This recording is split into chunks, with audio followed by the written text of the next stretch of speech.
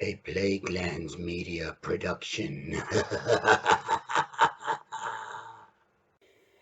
Hey everyone, this is Hugh from Plaguelands Media, and today I'm going to bring you something of an older RPG review. Now, some of you watching this video probably already know that Wizards of the Coast have announced two new 5th edition Dungeons & Dragons products that will be released this year. A Spelljammer set with, I believe, 3 hardcover books in it.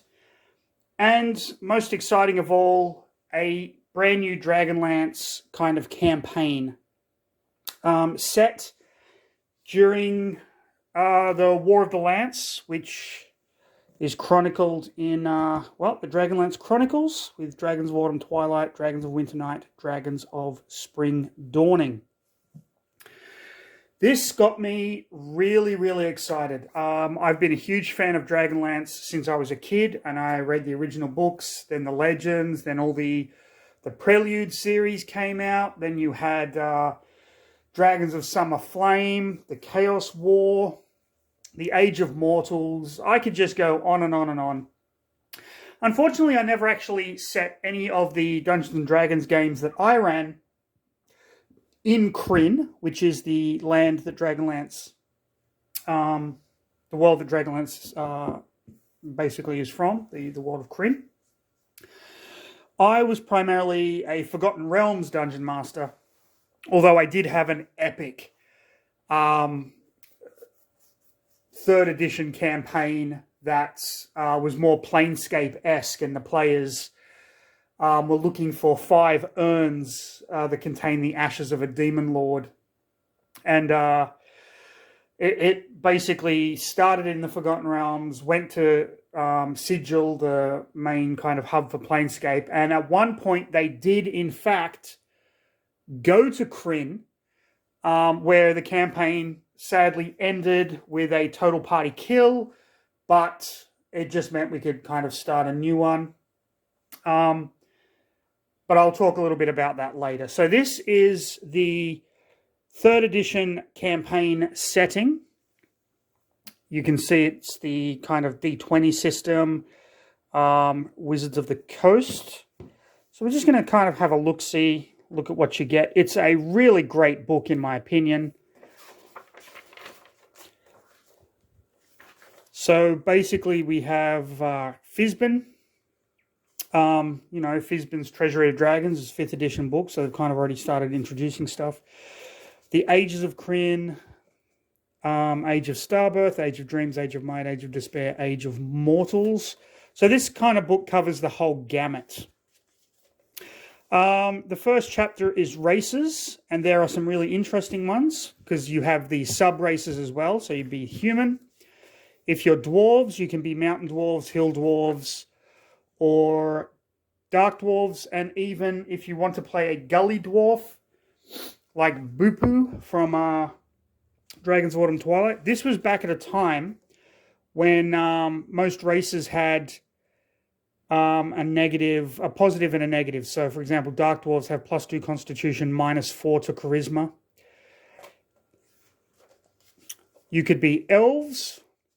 The elven sub-races, Kaganesti, which are the wild elves, Qualinesti and Sylvanesti, which were kind of 2 factions of high elves, so to speak. I think Qualinesti are more like a typical elf, and Sylvanesti are high elves. Half elves, just like Tanis half-elven. Pardon me. It explains about dark elves. Dark elves are very, very different from the elves in dark elves in regular Dungeons & Dragons, or the drow in Forgotten Realms. A dark elf in Crin is basically an elf that's committed an act so evil they're ostracized and exiled, and they become dark elves. The most famous dark elf, of course, being Dalamar, apprentice to Raistlin when he becomes the Lord of the Tower of High Sorcery in Palanthas. But we also have Sea Elves, the Dimonesti and the Darganesti. Gnomes, Kenda, of course. You couldn't have a Dragonlance campaign without Kenda, which is Crin's kind of version of the halfling, I guess. But they have the Hoopak staff, which is kind of like a staff with a sling on it. You can actually play centaurs if you want to. There is a level adjustment with centaurs. This is something that 3rd edition did, where if you wanted to play a monstrous race or a race that was clearly more powerful than your standard human, elf, dwarf, gnome, halfling, whatever, then you leveled slower because you were much stronger. You can play Draconian in this. Now, those of you that have read just the Chronicles, Draconians are like the evil dragon men, corrupted creatures that were birthed from the corrupted eggs of good dragons. But afterwards, in the Age of Mortals, Draconians actually founded a city. There's a great book where a group of Draconians find a clutch of female, like dragon eggs that have female Draconians in them. And so they start a city and become a race unto themselves. You can play as Baz, Capac, Draconians, but not Bozak, Sivak, or Aurak because they're just too powerful. You can play as the Urda, the High Ogre, or even just a regular Ogre if you want. Half Ogre. So you can see how many different races this book introduces. And if you're a fan of Dragonlance, then you know that all of these races are representative of races from the novels. Core classes, you can play Barbarian, Bard, Cleric. This is really interesting because during the Dragonlance Chronicles, the whole point is that the gods have left Crin. So there's no divine magic, so to speak, until Goldmoon. Well, Riverwind finds the blue crystal staff in the ruined city of Zakzaroth, gives it to his ladylove Goldmoon. They are banished from the village, and they ultimately go back to Zakzaroth, and she gets the discs of Meshakal, Meshakal being the goddess of healing, thus making Goldmoon one of the first new clerics during the War of the Lance time, but I digress. You can be a druid, you can be a fighter, you can be a mystic, which is someone who can channel divine energy but is not actually a cleric. You can be a noble. That's kind of interesting. Ranger, rogue, sorcerer, wizard, of course. Wizards practice the 3 schools of magic, the white robes, the red robes, and the black robes. Then there's the prestige classes. This is a thing from 3rd edition as well, where you could upgrade to basically an advanced class that came with some really cool abilities. So here you can be a Knight of Solamnia. There are 3 orders: the Knights of the Crown, Knights of the Sword, Knights of the Rose. So you have to go through each of those kind of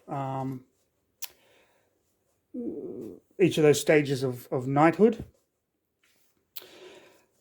You could be a Knight of Naraka. Now, this is something that came about after Chronicles, after Legends, after the 2nd generation, where we're introduced to Steel Brightblade, the illegitimate son of Sturm and Kitiara.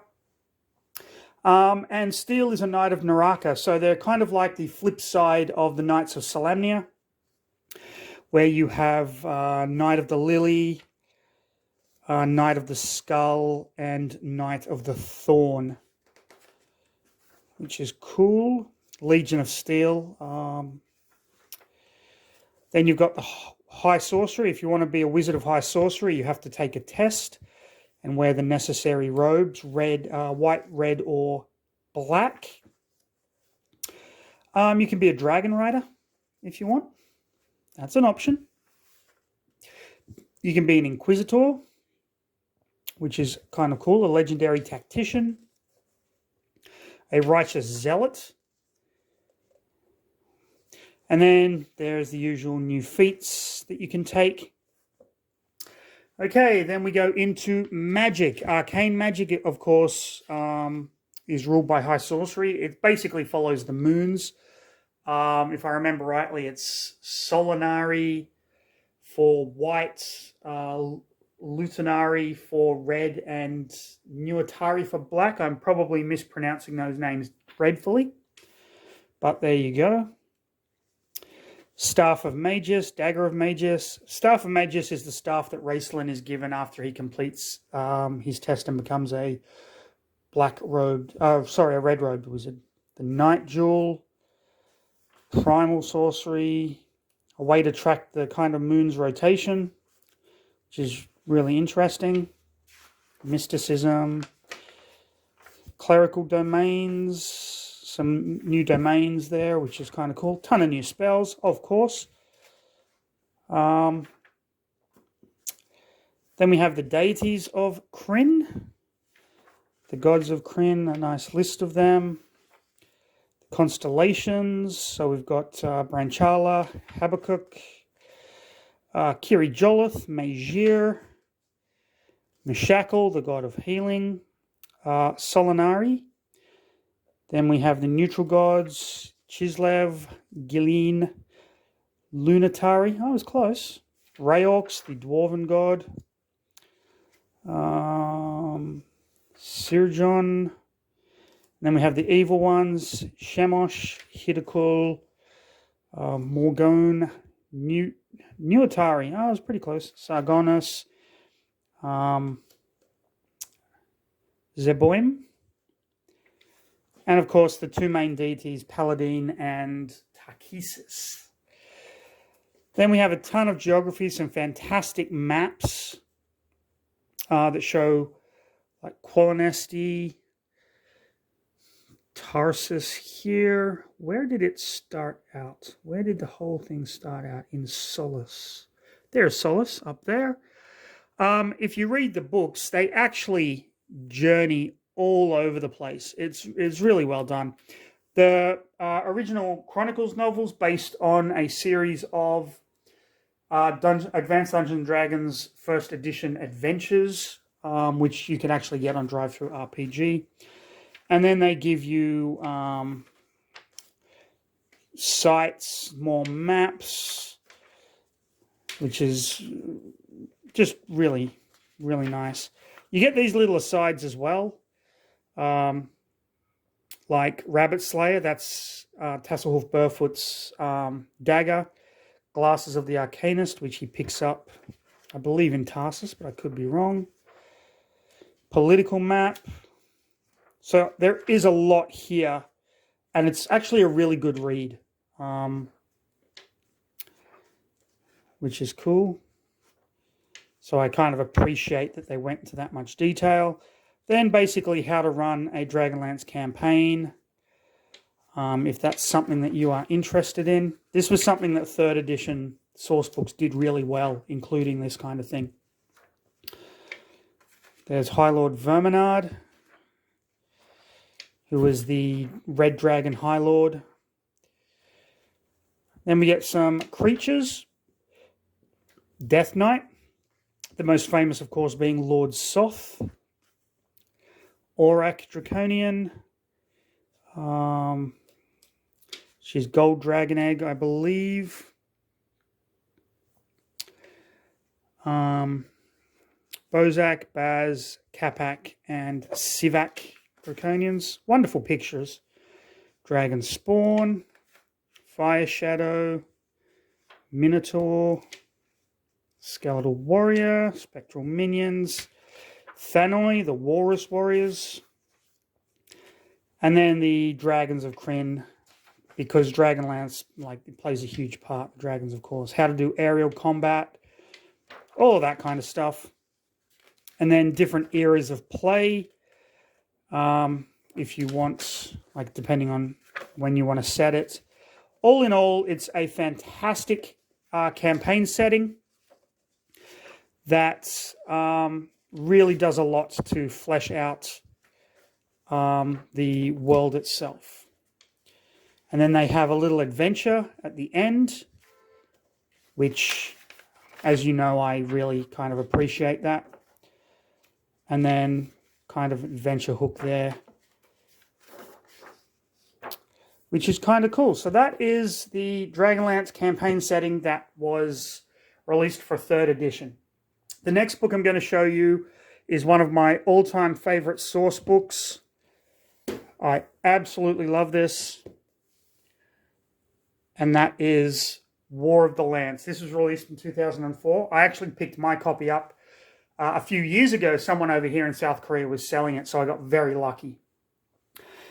This is great because Tracy Hickman, Margaret Weiss wrote the original Chronicles and Legends, and I believe they're writing a new Dragonlance novel, Dragons of Despair, which comes out in August. Hugely excited for that. So the War of the Lance is basically the initial setting for the Dragonlance Chronicles books. So we have kind of an update on races. So we can be humans, elves, dwarves, gnomes, Kenda, centaur, draconian, and it just explains how these races kind of fit into the Age of Despair. Classes, we have the Divine Spellcasters, core classes, the Master, Sages, that kind of thing. Variant Knights of the Sword and Rose without cleric levels, because again, it's set in a time where there was no divine magic.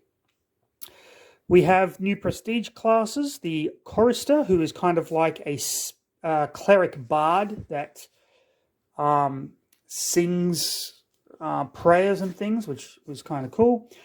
Dragon High Lord, you can see there's only 3 levels here. A Gnomish Tinkerer. A Kenda Handler, which is pretty cool. And a Minotaur Marauder. So they are combining prestige classes. You have to be a certain race. And of course, new feats. Okay, we get the magic of Crin at this time. The faith, arcane, that kind of a thing. Of course, new spells. What good book would be complete without new spells? But this is one of my favorite sections of the book. This talks about, there we go. This talks about magic items.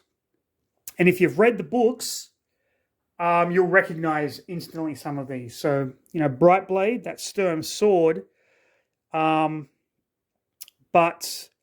it was actually given to his adopted son, Galen Pathwarden, which is a character from an obscure Dragonlance novel called Galen Benighted, which is really cool. Flute of Wind Dancing, Glass of the Arcanist, Dragon Armor, Helm of Griffin's Mane. That is Flint Fireforge's helm that he believes the tassel comes from the mane of a griffin, when in actual fact it's really just horsehair.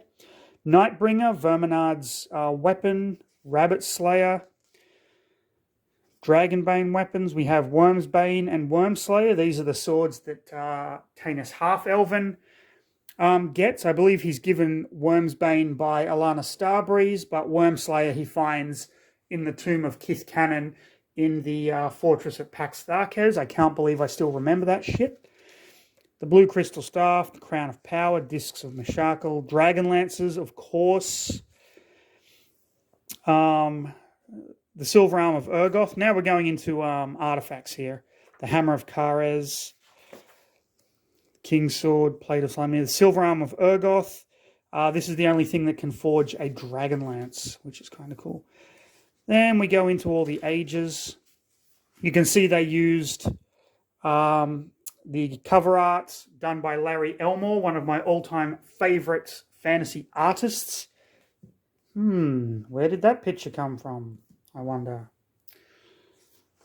Which is really cool. So you get, oh wow, you basically get the whole backstory of the Chronicles novels.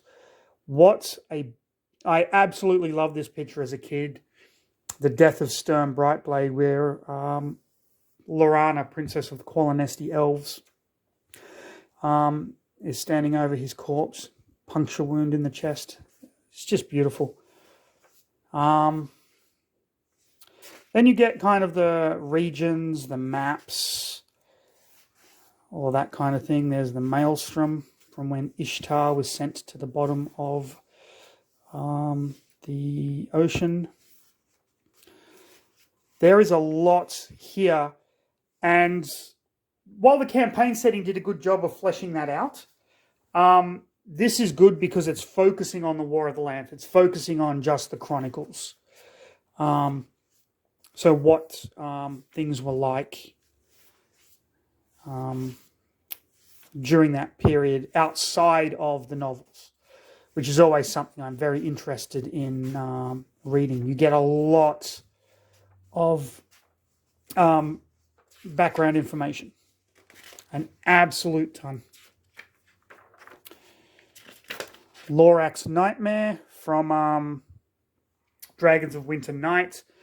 Lorak being the king of the Sylvanesti Elves who tried to use a dragon orb to control Cyan Bloodbane, but ultimately things went pear-shaped, so to speak. I'm getting a lot of spoilers in this, but, you know, who cares? If I can't talk about books I love, then what's the point? Now, this section, I think, is really cool. Cities, strongholds, and ruins, because we actually get, like, some really detailed maps of different places. We have Naraka, where the dragon armies kind of originate from. Palanthus, Qualinost, Solace, with the Valenwood trees. Castle Uthwinston, we get a nice kind of map here. Darkenwood, we get a map of a flying citadel. Flying citadels are basically floating castles that have been ripped up. There's some great art out there of a flying citadel. The High Clerist's Tower, where Sturm ultimately dies. The Inn of the Last Home. Dargard Keep. Now, at the beginning of the video, I said my players went to Crin, and that's where that campaign ultimately ended. I believe they were around level 7 or 8 at the time. They actually had to explore Dargard Keep, which is Lord Soth's keep. Lord Soth being a Death Knight.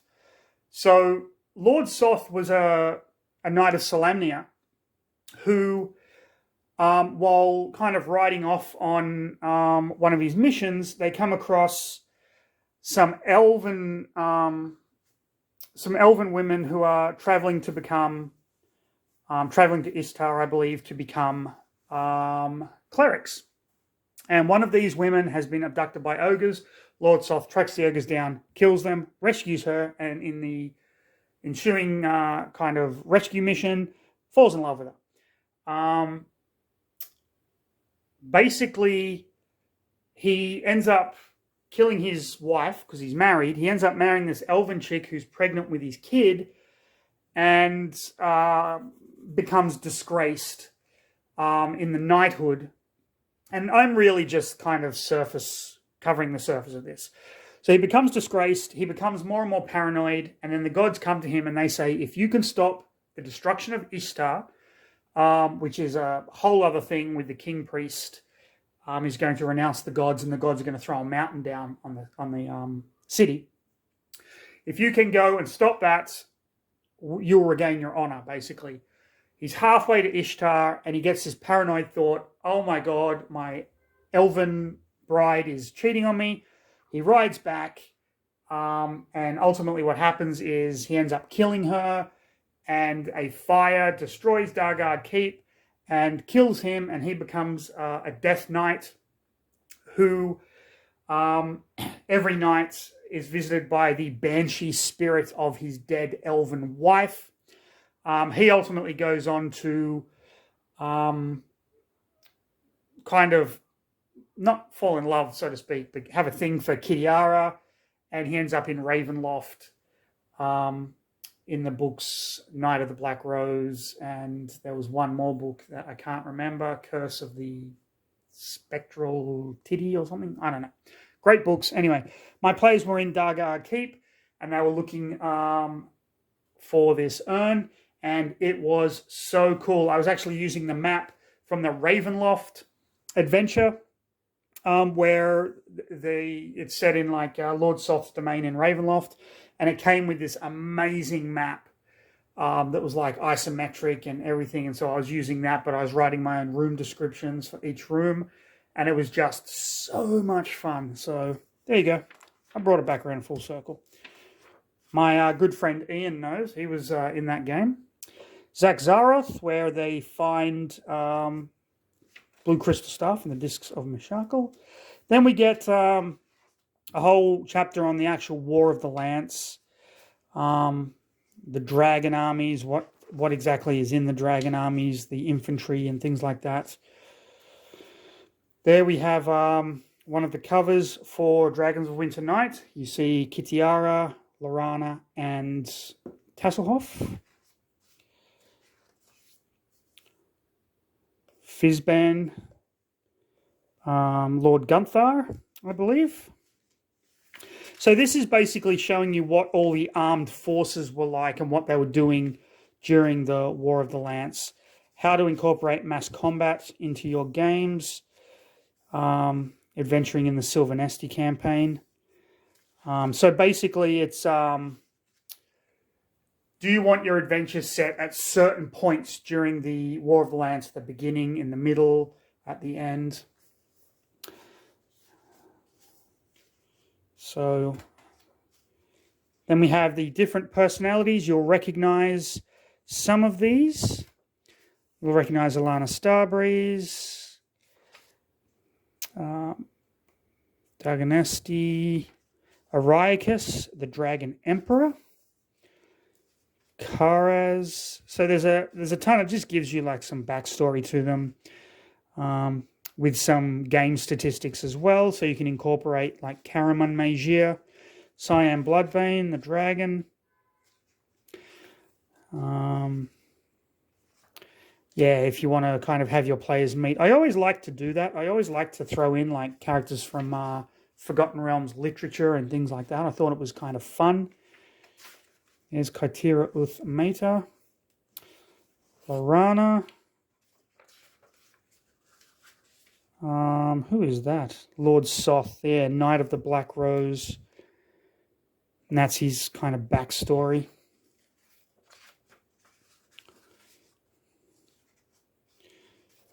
There's Stern Brightblade, Tanis Half-Elven, Tazelhoff, Mysterious Deaths, Verminard Lives. So you can actually put whatever you want and how to run a campaign during the War of the Lance. And of course, the Lyceum and Adventure for you to kind of incorporate or to even start out your campaign in, which is really cool.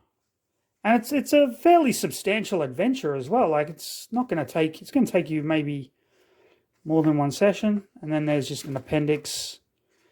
And